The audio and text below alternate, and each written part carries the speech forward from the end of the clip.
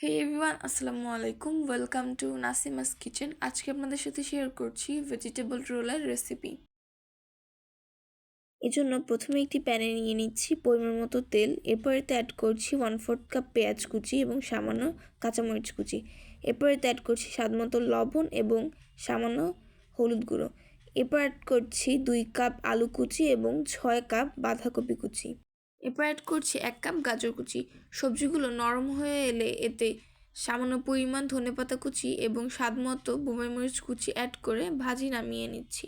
এরপর আগে থেকে বানিয়ে রাখা ময়দার রুটিতে পুর দিচ্ছি।